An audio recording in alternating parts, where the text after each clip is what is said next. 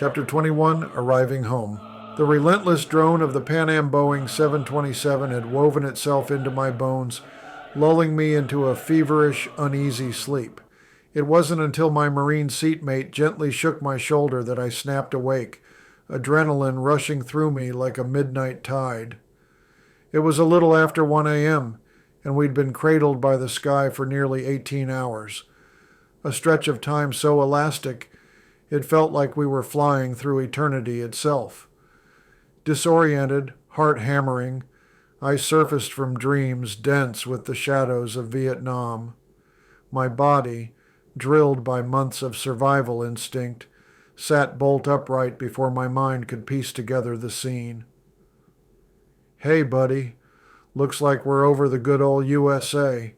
Thought you might want to see this," he whispered, his voice breaking through the fog in my head, an anchor dragging me back to the here and now. For a brief second, I thought it was my turn for perimeter watch. I pressed my face to the window, breath fogging the glass.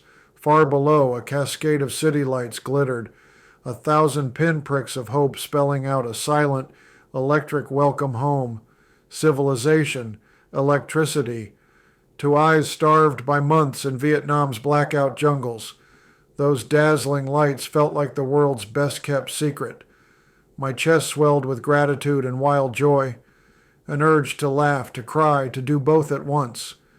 Before anything else, I found myself mumbling a prayer of thanks to Jesus.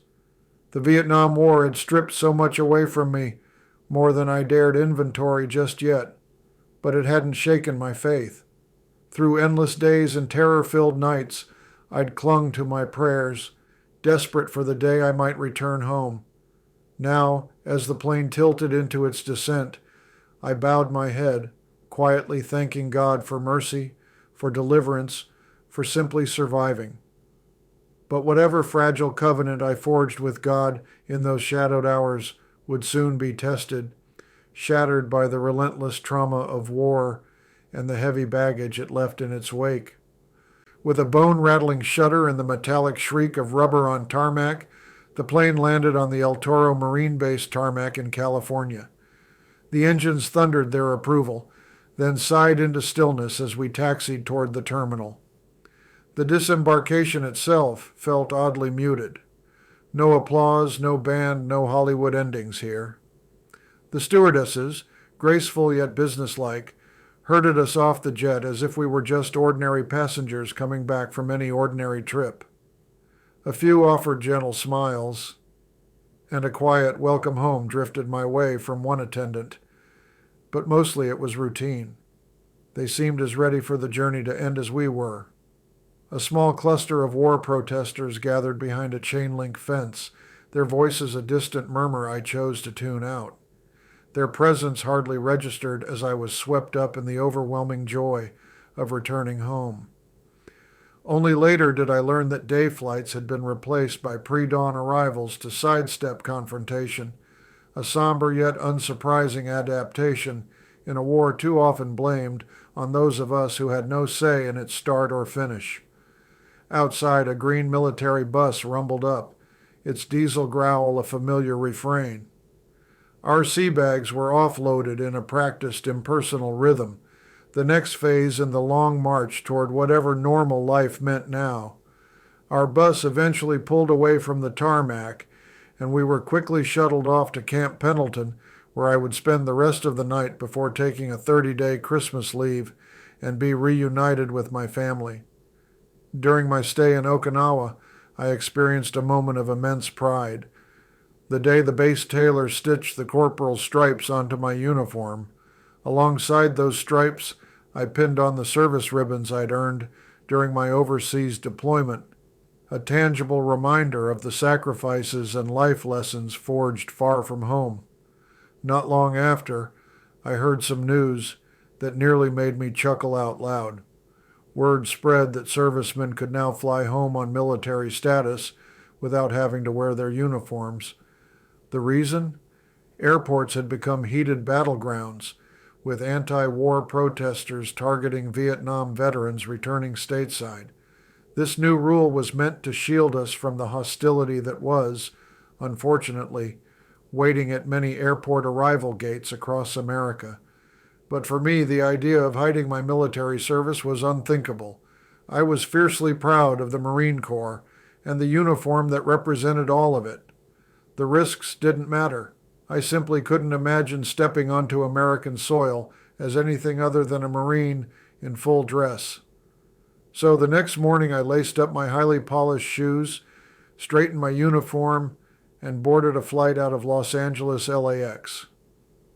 My destination, Lambert International Airport in St. Louis, where my family was eagerly waiting to welcome me home. I walked off that plane with my head held high, the weight of my experience balanced by the pride I felt and the sacrifices made. The airport reunion was an emotional tidal wave. Laughter, tears, and the kind of unrestrained joy that comes from months of worry, finally released, filled the air.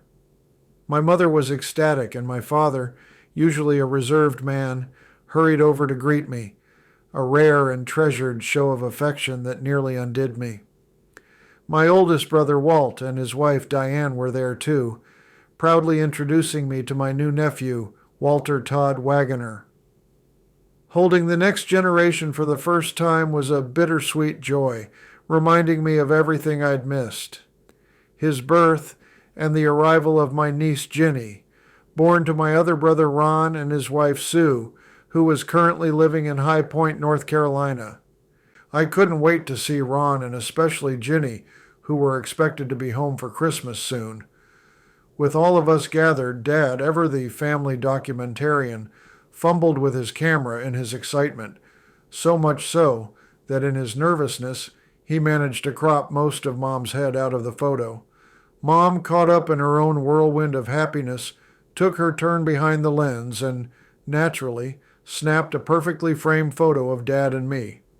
She never let him live down that photographic faux pas, good-naturedly ribbing him about it for years, the one and only time he ever botched a family picture. That homecoming, with its tears, laughter, and slightly lopsided photos, was everything I'd dreamed of and more, proof that, even after the hardest journeys, the warmth of family could put the world right again. The drive back to Quincy was a slow, unwinding tapestry, the land rolling out in those same comforting ribbons I'd watched slip past 1,000 times before.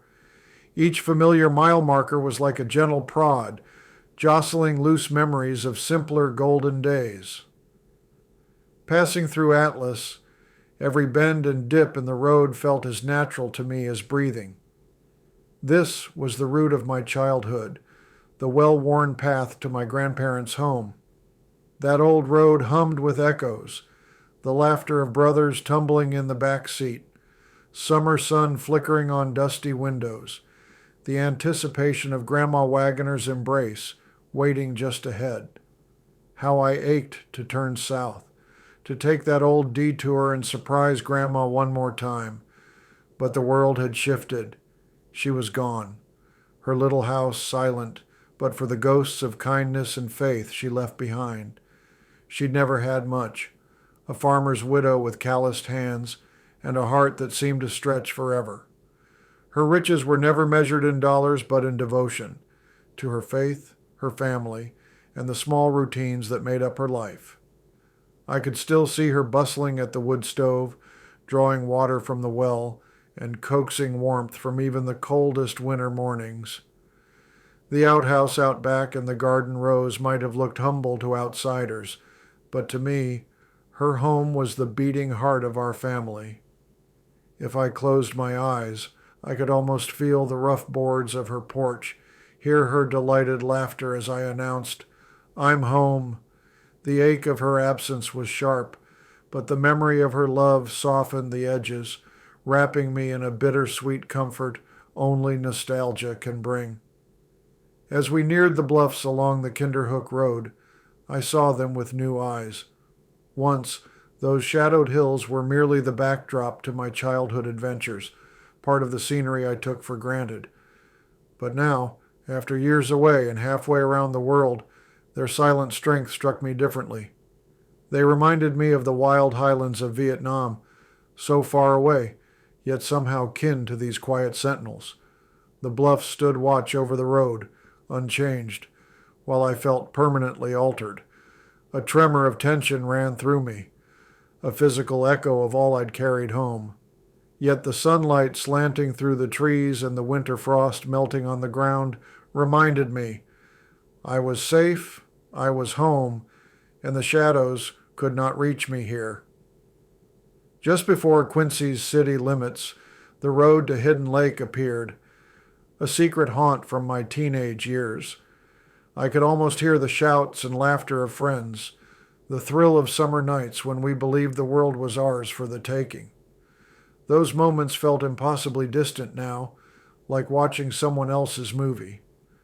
Arriving at my parents' house brought a flood of emotion, the porch light burning bright, the old familiar creak in the floorboards, the comfort of voices I knew as well as my own.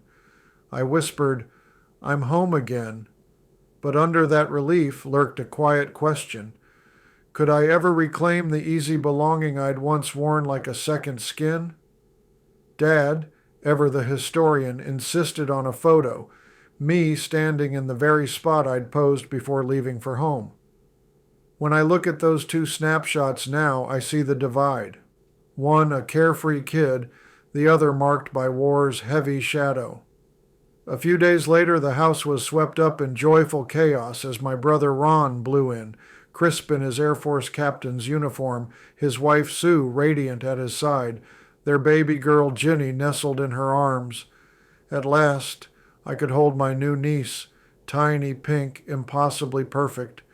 There was a sweetness in passing the family torch, in seeing the next chapter begin right there in my arms.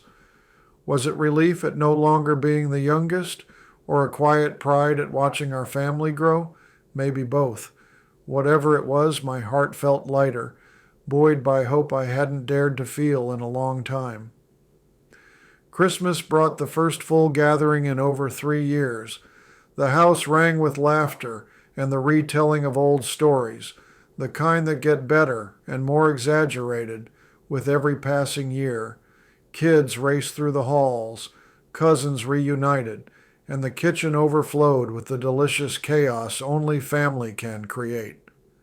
I cradled my niece and nephew, letting their innocent happiness seep into my bones. For a few precious days, the scars I carried faded into the background, replaced by the healing magic of home. I allowed joy back in, let myself laugh without reservation, and basked in the simple grace of being together. The wounds of war hadn't disappeared, they never really do, but surrounded by those I loved most, I found the first glimmers of healing. Maybe the road back to myself would be long and winding, but here, in the sanctuary of family, I realized I didn't have to walk it alone. The journey home was more than miles traveled.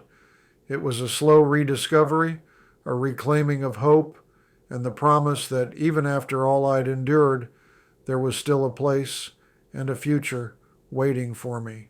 During my year abroad, I found myself often thinking about David Ogleworth, the spirited little boy with whom I'd shared one truly unforgettable Christmas. I poured those thoughts into a handful of letters, letting my pen trace stories and well wishes across the miles, hoping he'd feel the warmth of our brief but lasting friendship. Mail call, however, remained stubbornly quiet. No replies ever appeared, no childish scrawl or excited news from David. I tried to shrug it off, telling myself he was just a kid. Perhaps I was just a fleeting character in the wild storybook of his childhood, overshadowed by new adventures and everyday wonders. Still, I couldn't shake the hope that maybe, just maybe, our time together still glimmered somewhere in his memory, as brightly as it did in mine. In truth, it was David's spark that nudged me forward after I returned home. Inspired by the connection we'd shared, I decided to pursue college and become an elementary school teacher. I yearned for a chance to rediscover my sense of purpose, and frankly to believe in myself again, just as David had made me feel seen and valued during those cold winter days the previous Christmas. So, yes, I'll admit it. When I finally returned stateside and found myself standing on the worn front steps of David's old house, I was more nervous than I cared to admit. I even went so far as to don my uniform, thinking it might impress my little buddy, or at least lend me a sense of confidence. The door creaked open, revealing not David, but an older woman with a look that said she suspected I was either selling something or had the wrong address entirely. Swallowing my disappointment, I managed to ask about David. She shook her head, explaining gently that the family had moved out a year before and that the house now belonged to her. My heart sank, but I pressed for any clue. Her expression grew somber as she explained that David's mother had remarried and relocated to Missouri. My hope flickered. I called everyone in Quincy whose name might have been a lead, searching for a relative, a friend, anyone who could point me toward David. The trail grew cold fast. Finally, I managed to track down a distant Ogleworth who, with a bluntness only family can muster, told me that David's mother had run off with a drunk, taking her children with her, and no one had heard from them since. The news landed like a punch. Still, I couldn't stop searching. For years I'd scanned the phone book, hoping for that familiar name to leap out at me, even long after David would have grown out of boyhood. Each search ended the same. No answers, just more questions, and the stubborn ache of longing. Yet the memory of our friendship has never dulled. Even now I find myself thinking of David and wishing with all my heart that life was gentle and generous to him. He left an indelible mark on my soul, and wherever he is, I hope his story is filled with joy, laughter, and the kind of kindness he once brought to my life. Speaking of drunks, my weeks in Okinawa played out like a never-ending happy hour.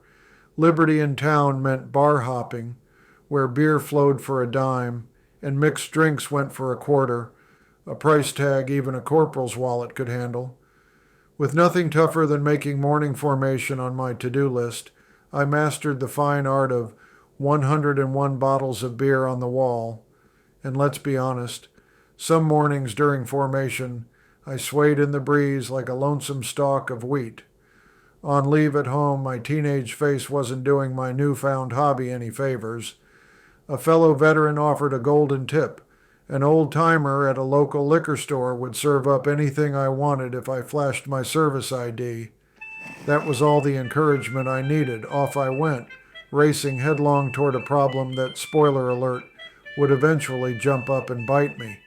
But that's a story for another day. Then there was the night I borrowed Dad's car and let Jack Daniels do the parking, half on the sidewalk, half off. The next morning, Dad woke me and calmly asked me to go move the car. When I saw my handiwork, I couldn't believe he didn't say a cross word to me about it. Before Vietnam, that would have been grounds for a father-son showdown. Maybe he was cutting me some slack, sensing what I was wrestling with. Still, I know both he and Mom were quietly worrying what effect the war would have on me. My parking debacle was the final straw, a cosmic nudge that screamed, I needed my own wheels. It's time to buy that Dodge Challenger you've been dreaming about. All those months sweating it out in Vietnam, pinching every penny, had finally paid off. My hard-earned savings, stashed away through monsoon rains and endless patrols, had grown to a glorious $2,000. The photo of the Challenger I'd kept for luck had long since surrendered to the ceaseless Vietnamese humidity, but the image of me behind the wheel of a muscle car, that was still vivid, untouchable.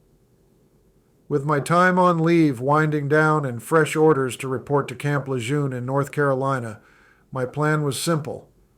Buy the car, drive it cross-country, and arrive in style while pocketing my travel pay. It was the perfect plan, until I made one colossal mistake. I invited my dad to go car shopping with me. Let's talk about my father. He was a bona fide survivor of the Great Depression, a man who'd seen prosperity vanish overnight and watched as other men's dreams plummeted from skyscrapers onto Chicago's harsh streets. His lifelong mantra, etched in my brain like a catchy jingle, was, "Son, never borrow money, and only buy what you can afford." I'd spent most of my life tuning out his advice, so why I decided to heed it now is still one of life's great mysteries. Maybe, beneath our constant squabbles and stubborn pride, I just wanted to make him proud. So off we went, the odd couple tackling the labyrinth of car lots. It was equal parts comedy and catastrophe. Dad took every chance to remind the salesman, "This is blood money from Vietnam, mister. My son's not getting fleeced." By the fourth lot, I was convinced someone would call security. After an exhausting day of tire kicking and haggling, practicality and fatigue won out. I settled for a Ford Maverick, a compact candy apple red two-door that was more responsible commuter than street-dominating muscle.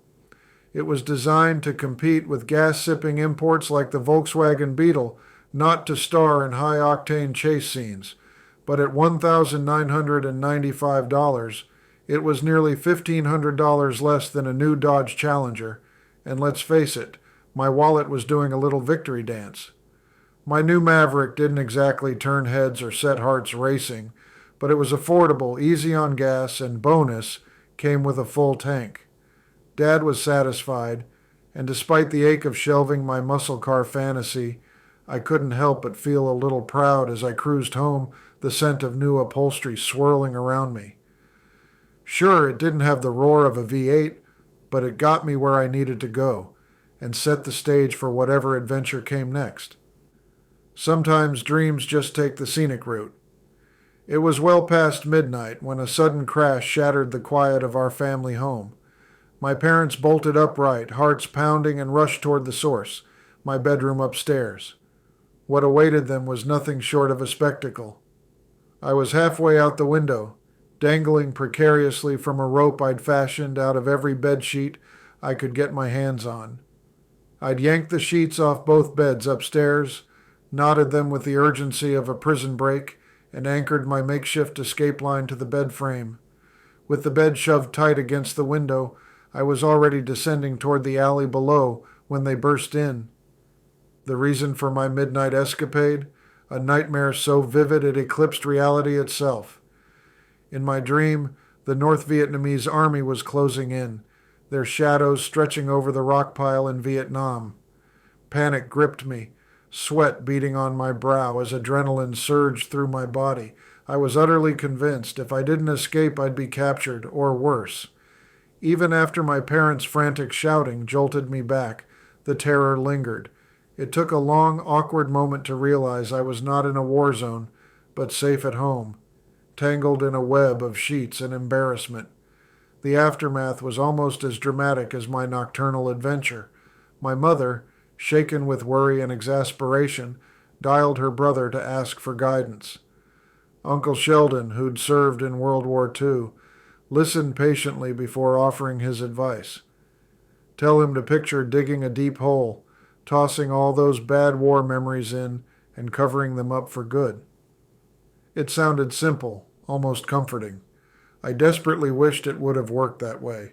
Time flies when you're on leave, especially when you know it's only 30 days before the uniform calls you back. My visit at home vanished like a cold drink on a summer day, leaving me standing on the doorstep of reality once again. Saturday morning, January 10th, crept up sooner than I'd care to admit. With my car packed and a fresh sense of duty flickering in my chest, I pointed my wheels east toward Camp Lejeune, North Carolina. As the miles ticked by, each highway sign felt like a countdown, not just to my arrival, but to the end of my Marine Corps chapter. 2 months left. That's what stood between me and civilian life. But in the moment, it felt both achingly close and impossibly far.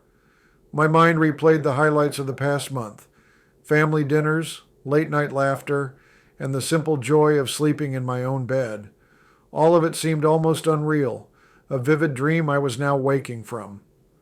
Driving through the patchwork of towns until reaching pine forests in North Carolina, I couldn't help but feel a bittersweet mix of anticipation and nostalgia. There was work left to do, bonds to make, and memories to cement before I hung up my uniform for good.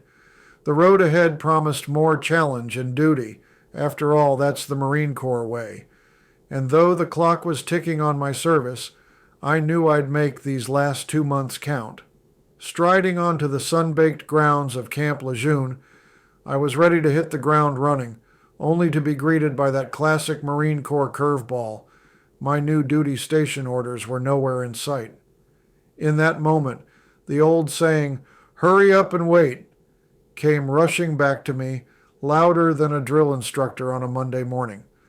So there I was, freshly reported and full of energy, left to master the fine art of waiting, a time-honored tradition for Marines everywhere. It's funny, isn't it? You push yourself to be early, sharp, prepared, only to realize sometimes the Corps just wants you to hurry up and wait. Back in Quincy, my mother just about leapt out of her skin when a man in black knocked on her door. Not the Will Smith kind, but the bona fide, straight from the silver screen variety. The FBI. They'd already launched their own neighborhood parade, quizzing my neighbors with the grace of a tuba solo, all in pursuit of dirt on my supposed secret life. Suddenly, everyone wanted the scoop on my childhood teachers. Mrs. Bloss, if you're out there, I hope nostalgia was kind to my report card. And as for the motley crew of friends I ran with back in the day, how did my reputation stand a chance? My poor mom nearly turned her living room into an ER before the agent finally dropped the plot twist. I needed a top-secret security clearance for my next duty station, and of course, no one bothered to give me a heads up about this government-sponsored game of Clue.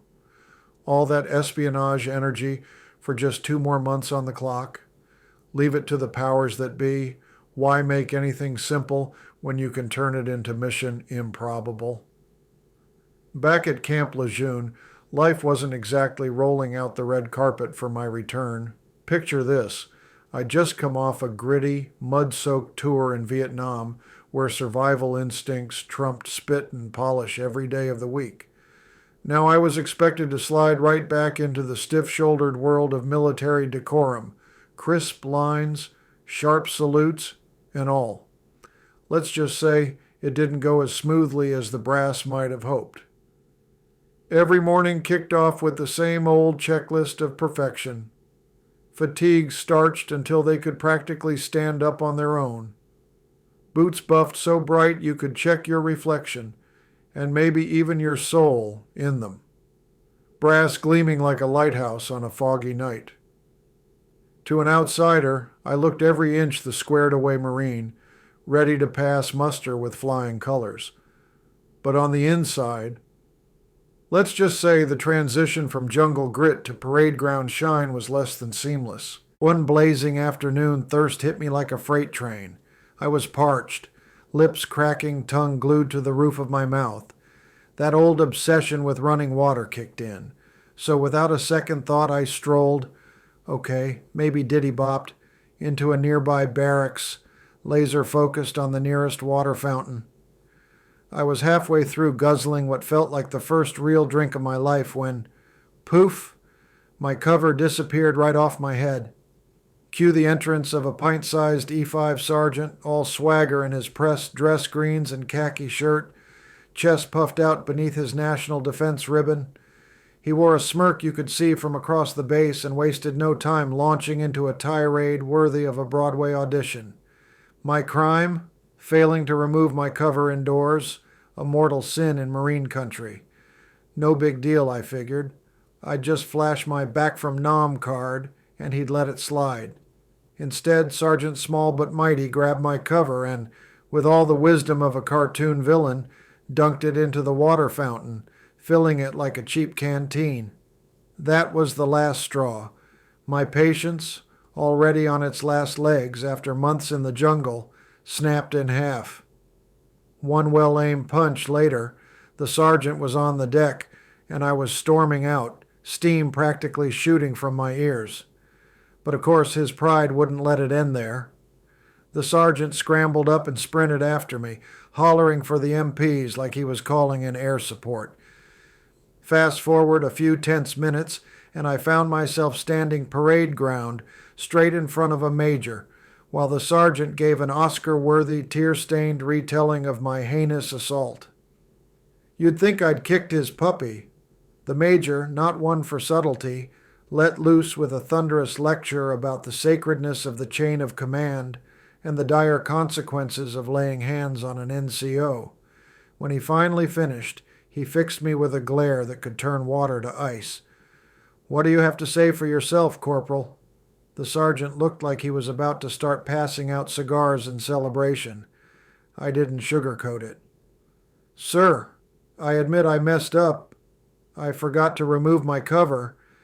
But instead of handling it like a professional, the sergeant soaked my cover in front of the men. That's not how NCOs do business. The major's eyebrow did a little dance. He stared at the sergeant, who suddenly found his shoes extremely interesting. After a moment of delicious silence, the major nodded. "Well, Corporal, I can't let you off without consequence. Report to the sergeant at arms every morning for office call for the next week." "Dismissed," came the command, as sharp as a rifle crack. I spun on my heel and marched out, barely containing a grin. As I hit the hallway, I heard the major's voice erupting behind me, laying into the sergeant with a vengeance. Apparently, leaving out the part where he humiliated me in front of the men hadn't played in his favor. Somehow the incident didn't derail my security clearance. Maybe the FBI missed that memo, or maybe the major decided to keep things in-house. Punching a sergeant? Not my finest moment, but it wouldn't be the last time my temper got the better of me. Was it PTSD? Maybe. Or maybe I inherited a family tradition. Swift justice ran in our blood. My father could have written the book on it. After what felt like an eternity spent at Camp Lejeune, I finally received my orders to head to the Lakehurst Naval Station in New Jersey. This wasn't just any base. It was steeped in history, once the proud home of dirigible airships in the early 20th century, and most infamously, the site of the Hindenburg disaster. As I took on the role of gate guard, I donned my crisp uniform, spit-shined black dress shoes that gleamed in the sunlight, blue dress trousers that fit just right, a khaki shirt that spoke of discipline, a white barracks cover perched atop my head, and a white web belt holding my M1911 pistol, complete with a highly polished brass buckle emblazoned with the Marine Corps globe and anchor emblem. Transitioning back to the rigid structure of Marine Corps etiquette was a challenge after spending a year navigating the unpredictable jungles. Yet, there was a silver lining. My nerves around officers and high-ranking NCOs had eased considerably. Perhaps it was the knowledge that I was just a month away from bidding farewell to the Corps that added a dash of nonchalance to my demeanor. As September rolled around, with only 2 weeks left in my service, Murphy's Law decided to pay me another unwelcome visit. One night, while I stood sentinel as the senior NCO at the gate, a baby blue Ford Thunderbird pulled up, and behind the wheel was a full-bird colonel. My orders were clear. ID every vehicle that passed through, no exceptions. With a sharp salute, I approached the car as the colonel rolled down his window. "Good evening, sir. May I please see your military ID?" I asked, my voice steady despite the tension in the air. The colonel rifled through his wallet, frustration evident on his face. "Corporal, I must have left my ID in my office. Just let me through." I felt the weight of my duty pressing on me. "Sorry, sir, but I need you to pull over to the side." I gestured toward a designated area, "and I'll call the sergeant of the guard." The colonel's patience was wearing thin. "It's okay, Corporal. I'm the commanding officer of all the Marines at this base. I need to get in, now." Summoning every ounce of authority I could muster, I responded firmly. "Sir, I need you to pull your vehicle over there right now. There are no exceptions." I could see fury flash across his face as he begrudgingly pulled into a corridor designated for uncertain vehicles. I quickly asked the other gate guard on duty to alert our sergeant of the guard. This situation wasn't going to resolve itself easily. As I stood beside the colonel's car, he unleashed a torrent of insults, threatening to demote me to private by morning. I remained calm, letting his words wash over me like water off a duck's back, internally chuckling at the absurdity of it all. What's he going to do? Send me back to Vietnam? The thought almost made me smile, and I had to stifle a laugh. Finally, the sergeant of the guard arrived, and I watched as he saluted the officer, a look of concern etched on his face. I knew I was in hot water. They exchanged glances, and I could feel the heat of impending doom. To my dismay, the sergeant waved through the blue Thunderbird and drove off without a word, leaving me to wonder if he'd stood up for me or if I was truly cooked. The next morning, after the shift change at the gate, I was summoned to report to the captain in charge of base security. My stomach churned with anxiety as I thought about the potential demotion to private. Not exactly how I envisioned my exit from the Marine Corps. Upon entering the captain's office, he waved me to ease and began recounting the previous night's events. Much to my surprise, the colonel had been testing our gate security. And guess what? I had passed with flying colors. So much so, in fact, that I was immediately sent to Major in charge of re-enlistment, who presented me with an enticing offer: re-enlist for another 3 years and head to Quantico, Virginia for embassy school. Not only would I earn another stripe and become a sergeant, but I'd also get the chance to live in an exotic country. Sounds dreamy, right? Well, there was a catch. Military etiquette and spit-shine shoes would be my forever companions. I didn't hesitate long before turning down the offer. In hindsight, I would cherish many aspects of my time in the Marine Corps, but deep down I felt a pull toward something greater, something beyond standing at attention outside an embassy doorway. I declined the offer and 2 weeks later transitioned back to civilian life. But deep within, a fire still burns. Once a Marine, always a Marine.